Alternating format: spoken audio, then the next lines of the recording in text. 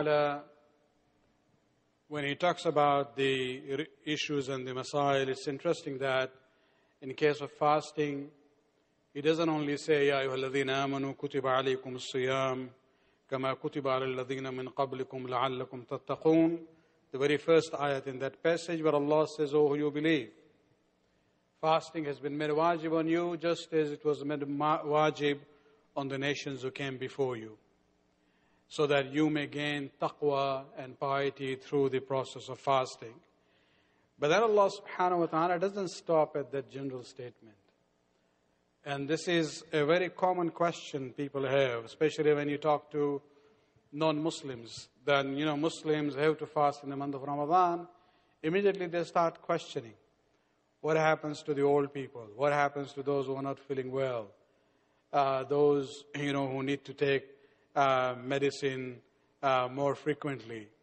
And so, yes, Quran and, the religion of Islam is a religion which looks at all different situations. These statements are for the normal situation. But they are all elaborate teachings about, the situations which would not come under the cover of what we call normal. In this passage itself, Allah subhanahu wa ta'ala says, فَمَنْ كَانَ مِنْكُمْ مَرِيضًا.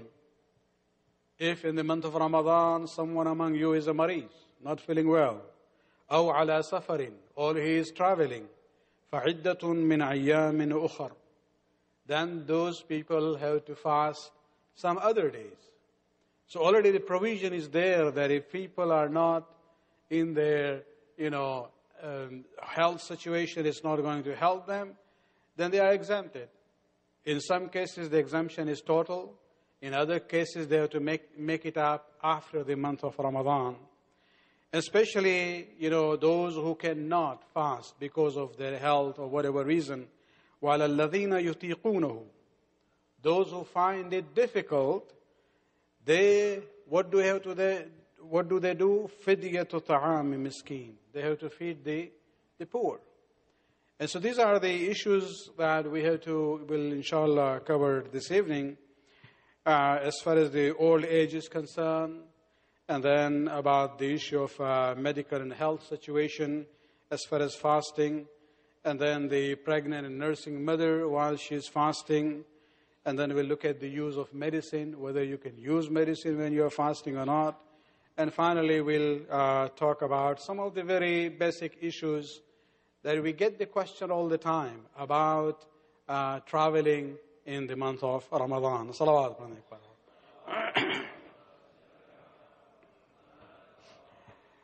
Let us, begin with the old age, the elderly people. Those who find it difficult, either cannot, fast at all, or even if they can fast, they go through difficulty which is above the norm level of difficulty. We are not saying that anyone who finds fasting difficult is exempted. Then everyone goes through the difficulty anyway. Ramadan is a challenge. We are talking about difficulty which is beyond the normal level of acceptance.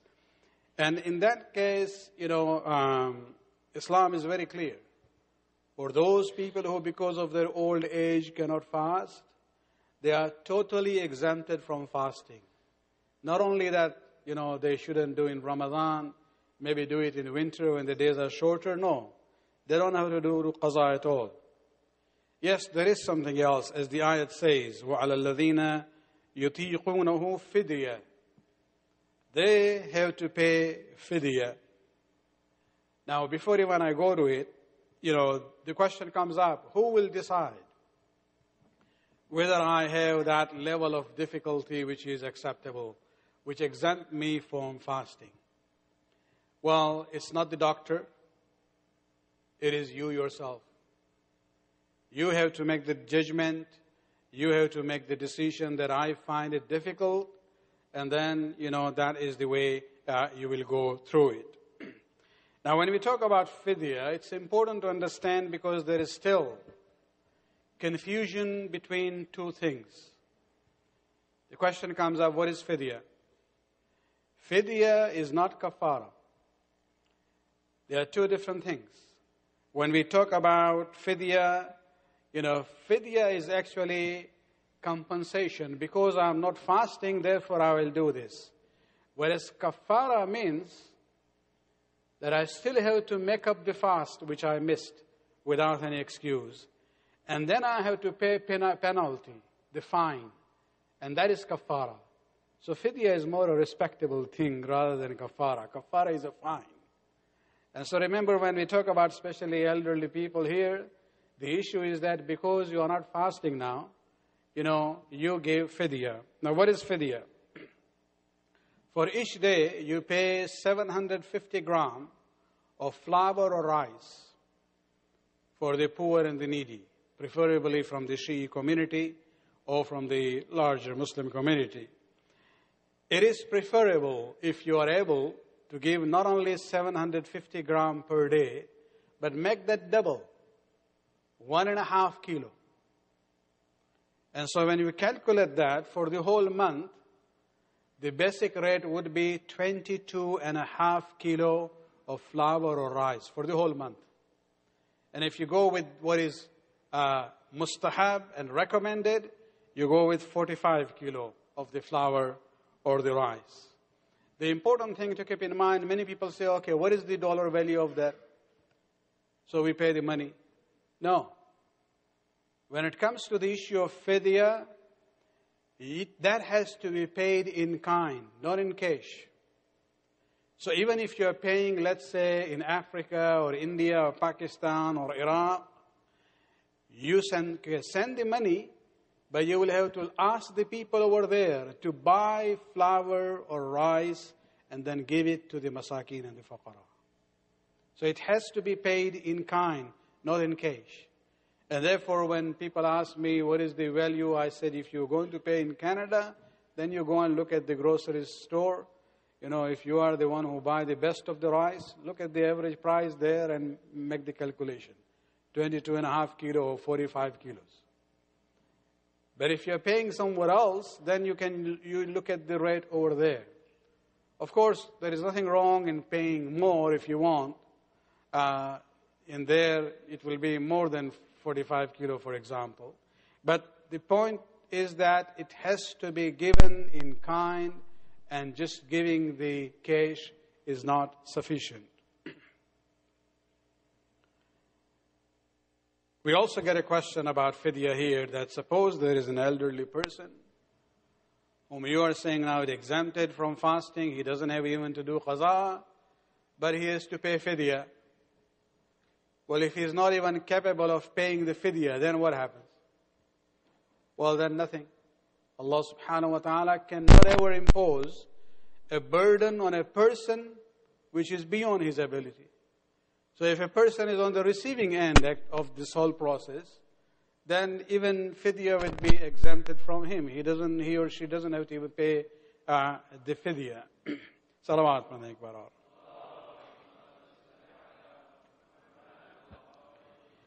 We will have some time before namaz and at the end of the program. So if you have any questions, I'll be around here. Inshallah, you can come to me and talk about it. Let's now move on to the medical and health issues. Allah subhanahu wa ta'ala in Surah Baqarah says, وَمَنْ كَانَ مِنْكُمْ مَرِيضًا. At the end, فَعِدَّةٌ مِنْ أَيَّامٍ أُخَرٍ. If a person among you is mareez, he's not feeling well, then he has to fast some other days. So when we look at the illness, medical and health conditions, there are two situations. One is for the normal person who just becomes sick, ill temporarily. He has a fever for 2-3 days or whatever, and then he will get over it. In that kind of situation, basically they just have to do qaza after the month of Ramadan. However, suppose a person was not feeling well in Ramadan for 3 days, didn't fast. Ramadan passed, Shawwal came, Zulqa'ad, Zulhijj, Muharram, Safar, all the way to Rajab and Sha'ban, and he did not do the qaza of the 3 days, and next Ramadan comes in, then what happens? Now, it was not wajib for him to do the qaza immediately after Ramadan. He had the whole year, but he didn't do it. So then Ramadan comes, next Ramadan.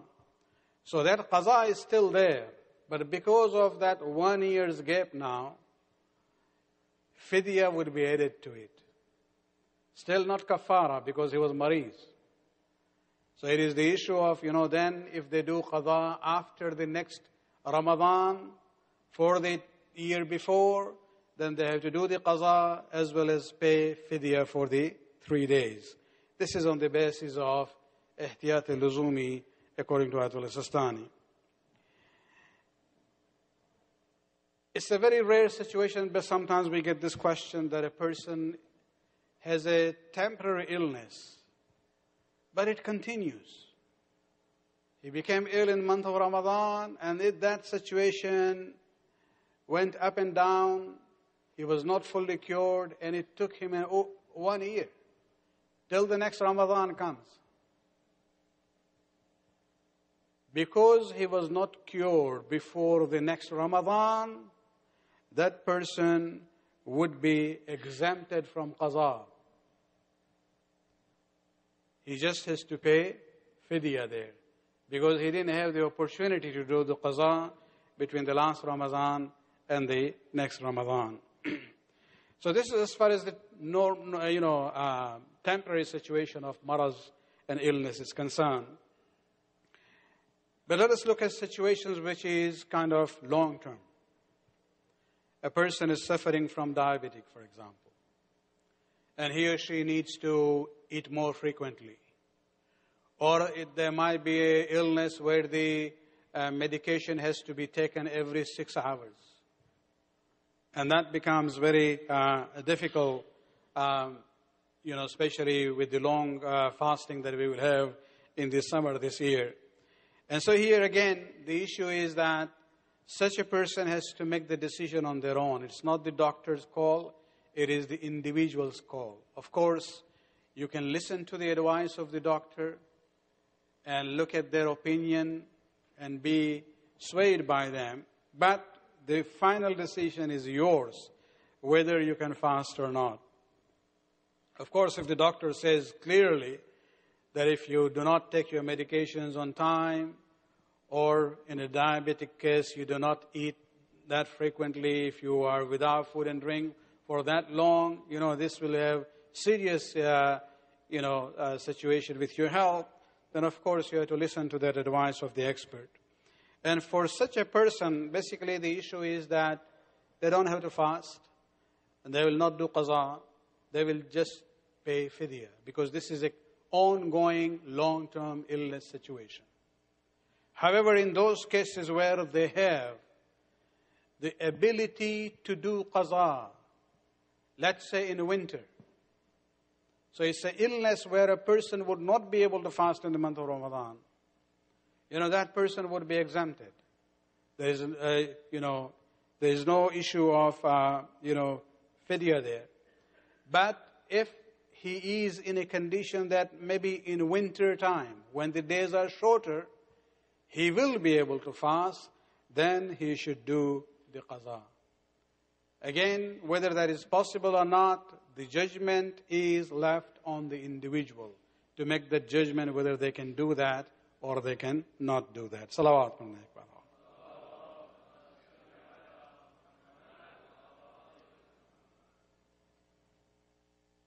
Now, in this case where of long-term illness, they don't have to do qaza, as I said, unless they are able to do it in winter. But even if they can't do that, there is no issue of qaza at all. Fidya would still be applicable in that long-term illness situation. Let us now move on to a situation of the ladies, a pregnant woman or a nursing mother, and the issue of fasting. If a lady feels that by fasting while she is pregnant or while she is nursing her baby, it is going to have an impact on her and consequently on the flow and the amount of milk or on the baby's health, then she is also exempted at that time in that year from fasting in the month of Ramadan. Of course, she will have to do qada once she has, gone after that period of pregnancy or nursing. Then she has to do the qaza later on, as well as pay fidya for the days that she has missed. There's a question which came actually just today to me in the email, that there is a email circulating that Ayatollah Sistani says that the women who are nursing their baby, they are only exempted from this situation of fasting in Ramadan if they cannot find alternative means of feeding the baby, either getting another nurse to do that or use baby formula. Yes, the ruling is there, but on a practical level, especially here, to find somebody who would come, let's say, twice a day to feed your baby is not really that easy and practical. So we'll still go with the situation of a lady who is finding herself in a situation where she is breastfeeding and she knows by fasting is going to have an impact on her and the baby's health. Then she would be exempted from the fasting of the month of Ramadan. She will do qaza later on, whether it's after a year or 2 years, whenever she ends the breastfeeding process. Then, of course, she also has to pay fidya for the days that she has missed. Then we go on to the issue of use of medicine. Some people think that, if you just take a pill, while you're fasting, it's still okay. You continue. No. Even if you take a small pill, your roza is no more roza. Roza fasting means not eating and drinking. So either you're fasting or you're not fasting. You can't be eating and then also still be fasting. And when it comes to medication, the rulings are slightly different. So if we can look at the screen, if the medication is administered through the mouth, then the fasting is batil. Anything which goes through the mouth, the fasting would be batil. What about the use of inhaler or puffer? According to Ayatollah Sistani, he says that when you inhale for, making better your breathing situation, and if this is going into your air passage, then your fast is okay. And this is what normally happens when you inhale, that's where it goes. It doesn't go into the food passage. And so use of inhaler and puffer for those who are suffering with asthma, for example, would not make their fast batil. It would be okay. However, other maraji do not all have the same opinion. This is the issue. So if you're in muqallideen of some other maraji, you can come and talk to me. We'll talk about it. Now, if the medicine is administered through other than the mouth, then we have to see. For example, if it is a feeding tube, so it's nutrition coming in another way, other than the mouth, then the fasting would be batil. If it is liquid enema, and this is one of the muftirat of fasting anyway, that also will make the fast batil. If it is IV drip, if it is being used for medical, purpose, it is for the medicine and not nutrition, then the fasting would be okay. So if somebody is getting IV drip for, let's say, treating infection, even though that person is fasting, his roza would still be okay.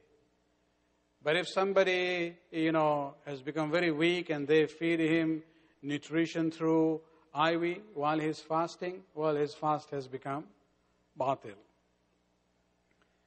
Then we come to the issue of nozzle drops, eye drops, and injection.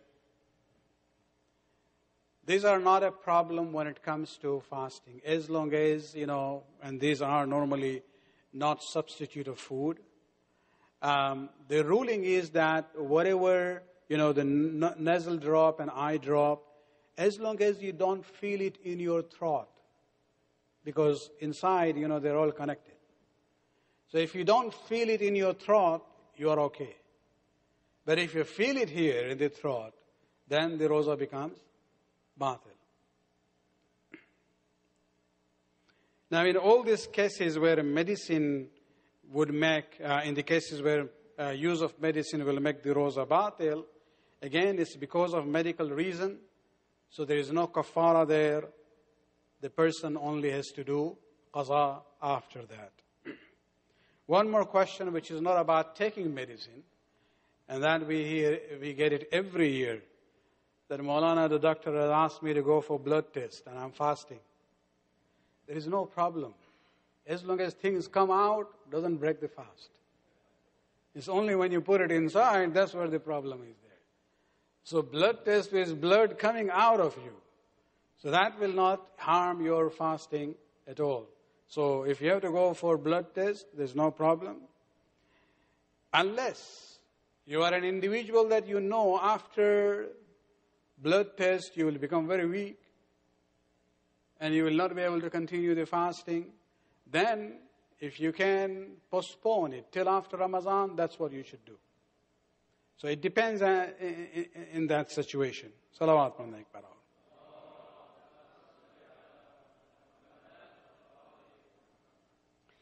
Allah subhanahu wa ta'ala in the ayat that I recited earlier from Surah Baqarah, ayat 184, He says, فَمَنْ كَانَ مِنْكُمْ مَرِيضًا أَوْ عَلَى سَفَرٍ فَعِدَّةٌ مِنْ أَيَّامٍ أُخَرٍ.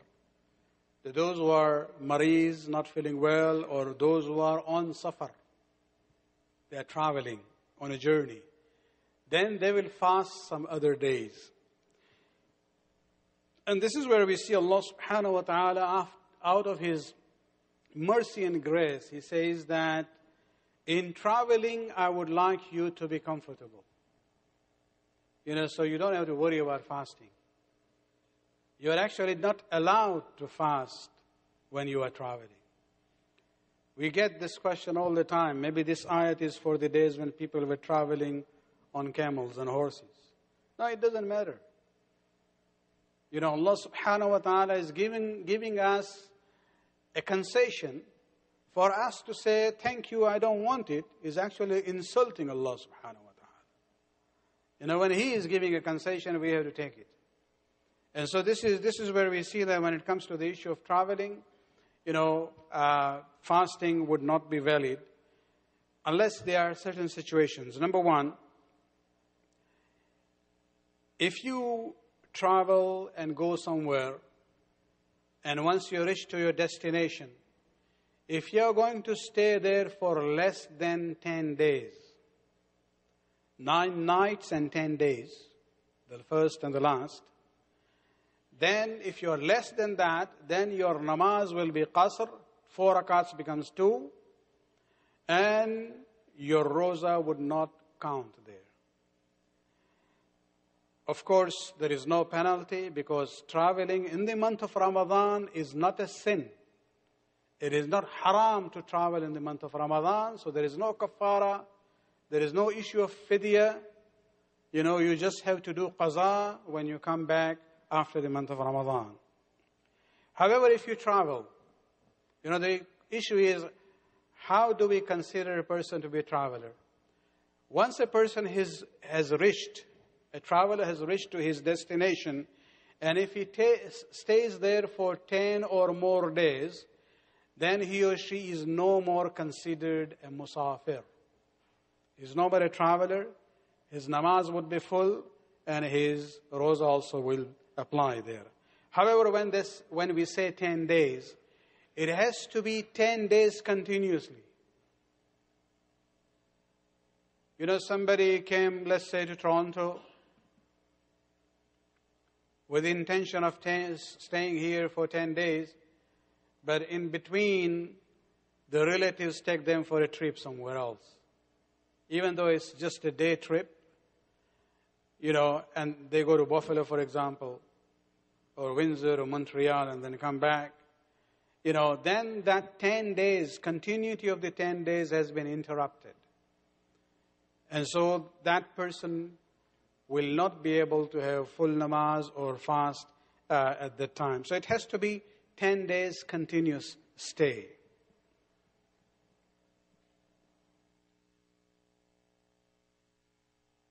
If you want to just go for an overnight trip and you're fasting, suppose you have been invited to one of these towns around Toronto, Niagara Falls or, Waterloo, and you leave after Zohar in your town. So you go there, spend the whole night. Next day, as long as you can come before Zohar. So you leave your town after Zohar, come back next day, cut-off time would be Zohar, before that. Then your fasting for both days are okay. It doesn't mean you must stay the whole night there. I'm just giving an example. You go on Thursday after Zohar, and as long as you're able to get back next day before Zohar, both days fasting is okay. But if you travel from your hometown before Zohar time, your roza is batil. So remember, Zohar is the line. You can travel after Zohar, that day's fasting would be okay. If you travel before Zohar, then your fast would be batil. Of course, there is no kafara, no fidya. You just have to make qaza later on, because traveling is not haram in fasting. Suppose you went to a long journey and then you are coming back after a few days back to your home. And your flight, for example, reaches here before Zohar time. If you did not eat or drink anything during that flight from Fajr time to the time you reach to your town, then you are okay to make the niyyat after that I will fast today. But if you have your delicious breakfast on the plane and then you say, oh, I'm here before Zohar, no, it doesn't work. So if you did not, you had the permission actually to eat on the way, because you had not yet reached to your town. So if you ate, there's nothing haram. But if you're planning to use that day, then you should refrain from the Fajr of wherever you are when you are traveling till the time you reach to your town. Don't eat and drink anything. Once you reach to a town, then you do niyyat of fasting on that day. Your fast would be okay. The only travelers who actually can fast and do their namaz full are those whom we call kasirus safar, frequent travelers. Nothing to do with the aeroplane plans here, points here. They're talking about, frequency of traveling. So a person who is defined as kasirus safar, even in the state of traveling and journey, that person will do the full namaz and will able to also fast in the month of Ramadan, even though he or she is traveling. And who is kasirus safar? Number one, a person whose work itself is traveling. A driver, a pilot. So their work itself means, is defined as traveling. So for them, it is, full namaz as well as fasting. Or a person whose work is not traveling, but traveling is part of basically traveling is involved in the work. For example, a salesman who has to go from one place to another, or a construction worker doesn't just work on one house or one area. They will be moving from one area to another, one city to another. So even if they have to travel to other cities to do their work is construction, but in order to do that, they move around from one place to another.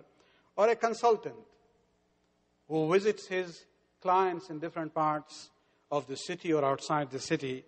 Such people, if their traveling is actually 1/3 of the year, then they are classified as Kasir Safar. Their namaz would be full and their roza also would be valid. For those whose workplace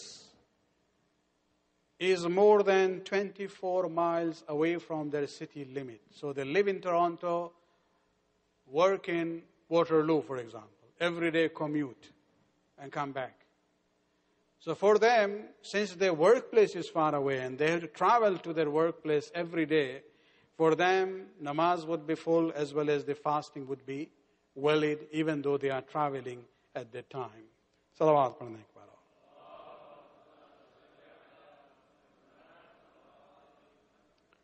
Of course, for that person, if he travels to the same city for an invitation of a friend's house, then that is not counted. Then that will become qasr for him because he is not going for the purpose of work, even though his workplace is in that other city. So this is how we define, Kasir al-Safar in the Shi'i fiqh. Salawat.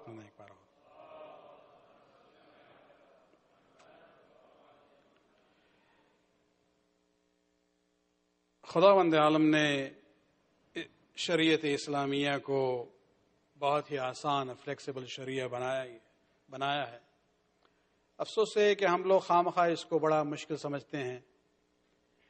جتنے احکام چھٹے امام کی ایک حدیث ہے کہ ہم پر واجب ہوئے ہیں، ہمارے کیپیسٹی کے لحاظ سے نہیں ہے بلکہ اس سے بھی کم ہے. مثلا امام فرماتے ہیں کہ 5 نمازیں واجب ہیں، 17 رکعت، لیکن ہماری ایبلٹی اس سے زیادہ ہے. جو لوگ مثلا تمام نوافل پڑھتے ہیں، it means they have the ability to do 51 رکعت. تو نماز کا وجوب جو ہے ہماری ایبلٹی سے بھی کم ہے. روزہ صرف رمضان میں واجب ہے، لیکن بہت سے لوگ ہیں جو پورے رجب اور شعبان میں بھی روزہ رکھتے ہیں. ہر مہینے میں جو مخصوص ایام ہے روزے کے، اس میں بھی روزہ رکھتے ہیں. تو رمضان کا روزے کا واجب ہونا بھی ہمارے کیپیسٹی سے کم کی بات ہو رہی ہے. حج بھی سال زندگی میں ایک ہی بار ہے. ماشاءاللہ مومنین جو ہیں کئی سال جاتے رہتے ہیں. خمس کی بات ہے، زکوٰۃ کی بات ہے، جتنے ریشیو ہیں آپ دیکھیں ہماری ایبلٹی اور کیپیبلٹی سے بھی کم کی بات ہو رہی ہے. تو شریعت مشکل نہیں ہے. اور اس میں اگر آپ دیکھیں ایک مسئلہ ہمیں بیان کرنا ہے جو ہم نے انگریزی میں بیان نہیں کیا تھا، کہ لوگ اپنی بچیوں کی بات کرتے ہیں کہ بچیاں جو ہیں 9 سال کی عمر میں بالغہ ہو جاتی ہیں، ان پر نماز بھی واجب ہے، روزہ بھی واجب ہے. لیکن جب رمضان کی بات آتی ہے، اسپیشلی اگر وہ بالغ ہو رہی ہیں اس سیزن میں جو سمر میں رمضان پڑتا ہے، تو ہر بچے میں وہ ایبلٹی نہیں ہوتی ہے. اس لیے کہا جاتا ہے کہ روزہ کو گریجولی پہلے سے انٹروڈیوس کریں. مثلا اگر وہ 6 سال کی بھی ہے تو ہاف اے ڈے روزہ رکھے تاکہ وہ یوز ٹو ہو جائے اس کے. بائی دی ٹائم آف وہ بھی روزانہ نہیں، maybe once a week شروع کریں تاکہ وہ یوز ٹو ہو اس سسٹم سے. لیکن پھر بھی کچھ بچیاں ہوتی ہیں کہ جو فزیکلی ان میں یہ ایبلٹی نہیں ہوتی ہے اس ایج میں کہ وہ روزہ رکھ سکیں. سچویشنز جو ہمیں بتائی گئی ہے، کبھی کبھی وہ روزہ رکھتی بھی ہیں تو وومٹنگ اور بہت ہی ایکسٹریم ویکنس شروع ہو جاتی ہے. اگر ایسی سچویشن ہے تو وہاں کیا مسئلہ ہوگا؟ وہاں بھی شریعت نے سہولت کو دیکھا ہے. واجب ان کے لیے ضرور ہے، لیکن اگر رمضان گرمیوں میں آ رہا ہے اور گرمی کا معاملہ ہے، طولانی روزہ ہے، تو ان کو آپ ایگزیمشن دے سکتے ہیں، بلکہ انہیں ٹرین کریں کہ آدھا دن روزہ رکھیں. جب طبیعت خراب ہونے لگے تو توڑ دیں تاکہ وہ یوز ٹو ہو سکیں گریجولی اس میں. اور بعد میں وہ قضا کریں گے، اس میں کفارے کی بات نہیں ہے، اس لیے کہ وہ جان بوجھ کے نہیں ہو رہا ہے. وہ اپنی فزیکل ایبلٹی کے لحاظ سے ان کے لیے مشکل ہو رہا ہے، تو وہ پھر ونٹر کے زمانے میں جب دن چھوٹے ہوتے ہیں اس میں وہ اپنا قضا کر لیں۔ تو یہاں یہ مسئلہ نہیں ہے کہ کچھ لوگ فتویٰ شاپنگ کرنے کے لیے جاتے ہیں کہ بھائی یہ لڑکیوں کے بلوغ کا ایج ذرا ایکسٹینڈ کر دیا جائے 9 سے جو ہے 13 سال کا۔ نہیں، اس میں بھی اگر سچویشن ہوتی ہے تو اس کے بھی حل موجود ہیں۔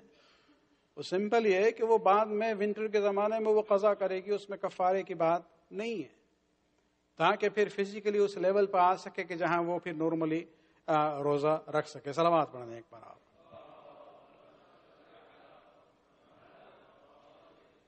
تو حلال و حرام کے مسائل میں بہرحال ان چیزوں کو دیکھنا چاہیے۔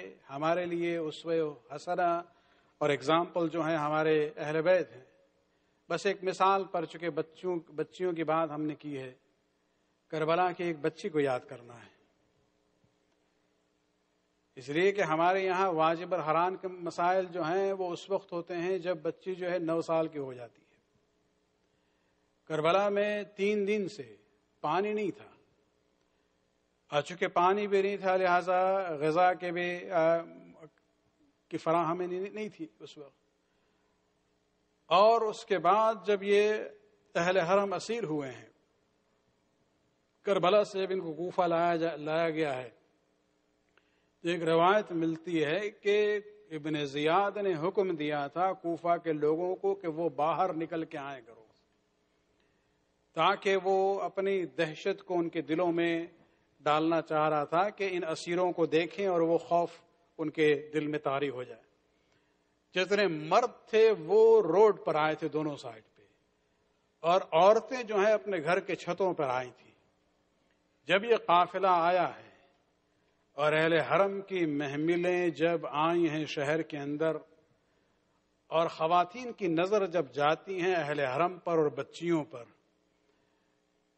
عورتوں کے دل بہرحال زیادہ نرم ہوتا ہے، انہیں احساس ہوا کہ یہ بچے جو ہے بھوکے لگ رہے ہیں۔ ایک خاتون جاتی ہیں اپنے گھر سے خرمے لے آتی ہیں اور پھینکنا شروع کرتی ہیں جو اہل حرم کے محمل پر گری ہیں۔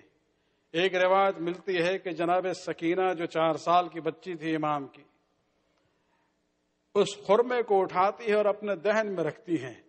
جناب زینب وہاں بیٹھی تھی، اپنے ہاتھ کو بڑھانے کے بعد اس خرمے کے دانے کو نکالتی ہیں اور واپس پھینکتی ہیں اس گھر کی طرف جہاں سے وہ خرما آیا تھا، یہ کہتے ہوئے کہ ان الصدقۃ علینا حرام نحن وصار اہل البیت، ہم خاندان اہل بیت کے افراد ہیں، اسیر ضرور ہے لیکن اس حالت میں بھی صدقہ ہم کھانے والے نہیں ہیں، ہمارے لیے حرام ہے۔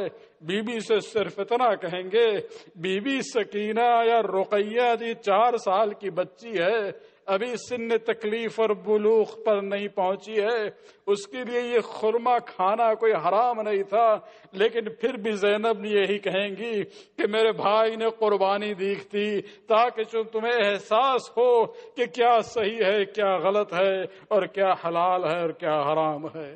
الا لعنۃ اللہ علی القوم الظالمین سیعلم الذین ظلموا ای منقلب ینقلبون۔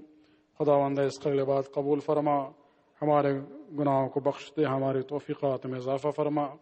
خداوندہ مسلمان اور خصوصاً شیعہ علی جہاں جہاں پریشان حال ہیں ان کو اپنے حفظ امان میں رکھ، خصوصاً عراق میں جو سچویشن ہے۔ خداوندہ تکفیری گروہ اگر یہ قابل ہدایت ہیں تو خداوندہ ان کی ہدایت فرما، اور اگر قابل ہدایت نہیں ہے تو خداوندہ انہیں نیست نابود فرما، تاکہ ان کے شر اور آفت سے مومنین محفوظ رہیں۔ امام کے ظہور میں تعاجل فرما۔ ربنا تقبل منا انک انت السمیع العلیم۔